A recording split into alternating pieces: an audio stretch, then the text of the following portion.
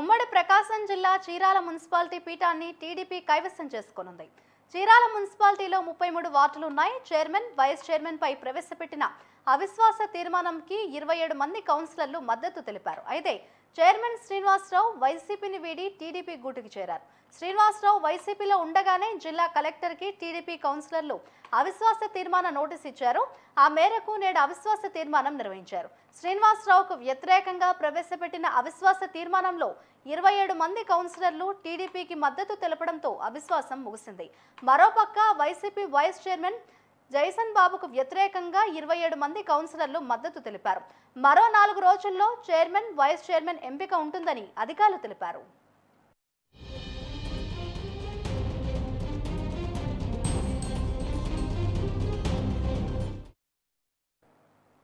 వైపు ప్రయాణం చేస్తుంది కాబట్టి మెజారిటీ ఆఫ్ కౌన్సిలర్స్ అందరూ కూడా అభివృద్ధిని కోరుకొని ఈ యొక్క అవిశ్వాస తీర్మానానికి ఓటేయడం జరిగింది.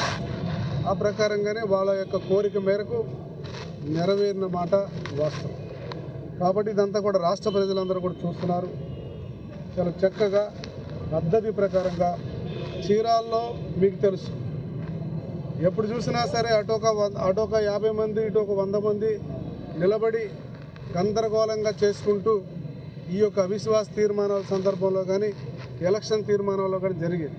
ఈరోజు మీకు అటువంటి పరిస్థితి ఎక్కడన్నా కనపడిందా?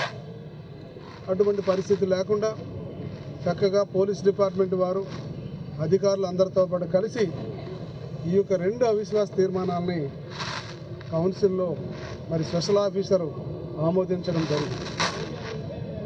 ఇక నుంచి మేమందరం కలిసి ప్రయాణం చేస్తాం. మున్సిపాలిటీని అభివృద్ధి వైపు ప్రయాణం చేస్తాం. ఎలా అభివృద్ధి చేయాలన్న దానికి వెళ్తాం. ఖచ్చితంగా చాలా సంతోషం. ఈరోజు రాష్ట్ర ప్రజలందరూ చూస్తున్నారు.